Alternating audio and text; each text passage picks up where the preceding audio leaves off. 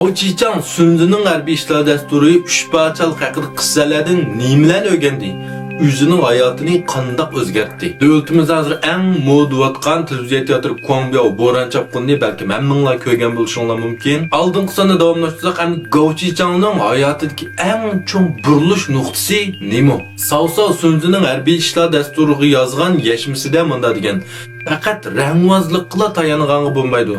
Chuqum üzerni güçlendirişin gerek. Yağış kazanda birlik etim baş pişirdi. Üzen hakiki güçlenmey, hakiki tesir güçü igolmay durup, hakiki neticeye erişemeyse degan. Bırak bu çağda qarsak, Ochichangning hech qanday bir ameli baylığım yok, tesir gücüm yok, asasen işlerimiz yok deyişki buldu bu.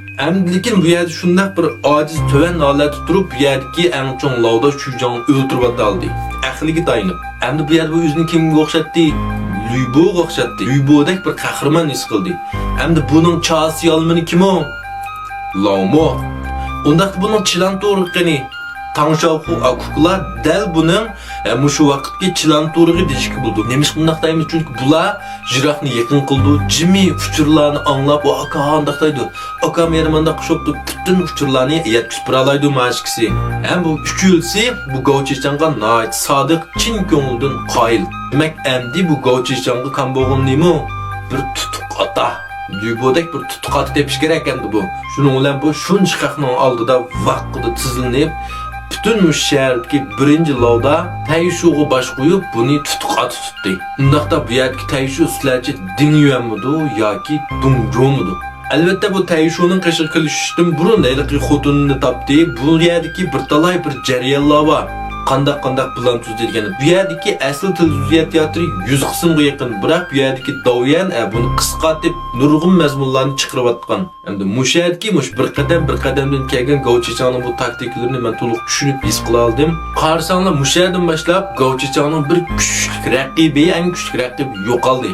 Hamda o'zi kuchli bir oqtarak bir taqqa ega bo'ldi. Tayshu buni darhol tutuq o'g'il qilib, Jangongjitanninki bir eng cho'ng paychishkiga aylantirib qo'ydi. Hamda buningga Sunzining harbiy ishlar dasturidagi cho'ng nishonga yetish uchun kichik qadamlar bilan puxta pulal qoldi minish kerak degan tadbirni ishlatdi. Hamda buningdan keyin yana bir mazmun qarsak, bu yerga Ochichang Sunzining harbiy ishlar dasturidagi oyoqdan shapirib, mayoqdan hujum qilishni texim bir balda taraqqiy qildirib ishlatdi. Endi film qarasanglar bu yerga Ochichang mashinasini haydab taz chavsu qilib qochdi.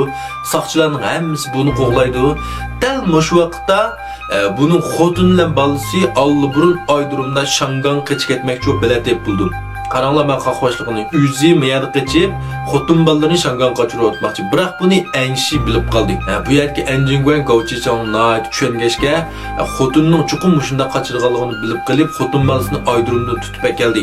Biroq bu yerga Ochichangning haqiqiy maqsadi uchinchi bir, ya'ni o'zining insi bilan Lawmoni qochirib o'tish.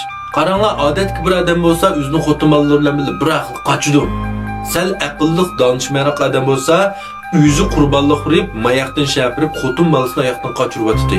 Endi Ochichang bo'lsa, texmi bir baldoq yuqori ko'tarilib, xotin balasini tutib olsa, baribir aksora qo'yib turganligi, ularga hech qanday bir tahdid yetmaydiganligini bilib, onim qiltaq qilib turib, inisi bilan Lawmoni qochirib o'tdi. Qahvoshmikan. Sunzining harbiy ishlar dasturini o'qib tushunganning foydasi bo'ladi ekan. 3 parchalik haqida qissa, Qizilroboq tush qatorliq 4 klassik asarni o'qib tushunganning, ma'nosi yetishmaganini bilganning, mushu amaliy turmushimizda amaliy foydasi bo'ladi ekan. His qildinglarmi? Davomli anglig'inglar bormi ya?